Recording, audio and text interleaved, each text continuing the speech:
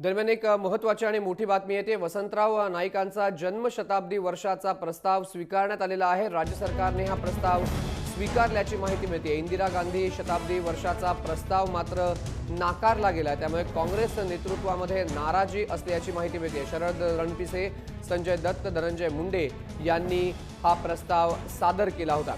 आपले संपादक निलेश खरे आपल्यासोबत आहेत। निलेश, एक महत्त्वाची माहिती मिळते, काँग्रेस नेतृत्व नाराज आहे कारण इंदिरा गांधींच्या जन्मशताब्दीचा प्रस्ताव हा फेटाळण्यात आला किंवा मान्य करण्यात आला नाहीये। इंदिरा गांधी किंवा गांधी कुटुंबाबद्दलची नकारात्मकता ही भाजप सरकारमध्ये आहे, अशा स्वरूपाची टीका ही सातत्यानं भाजप नेतृत्वावर करण्यात येते। आणि त्यामध्येच एक कडी म्हणून आज राज्यातल्या भाजप सरकारनं वसंतराव नाईक यांच्या जन्मशताब्दी महोत्सवाचा जो प्रस्ताव आहे तो स्वीकारलाय। त्यावर चर्चाही होणं अपेक्षित आहे। मात्र जो प्रस्ताव इंदिरा गांधी यांच्या जन्मशताब्दी संदर्भातला देण्यात आला होता, तो प्रस्ताव हा कोणत्याही चर्चेला घेण्यात आलेला नाही, त्यावर कोणताही विचार जो आहे तो करण्यात आलेला नाही।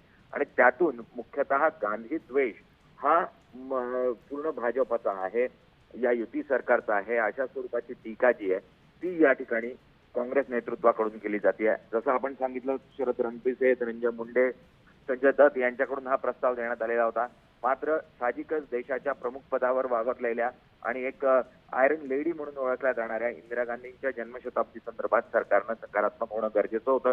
मात्र सरकार गांधी कुटुंबाचा कोणताही महोत्सव किंवा त्या नावानं कोणताही कार्यक्रम करण्याच्या मानसिकतेत दिसत नाही, अशा स्वरूपाचे पाहायला मिळते।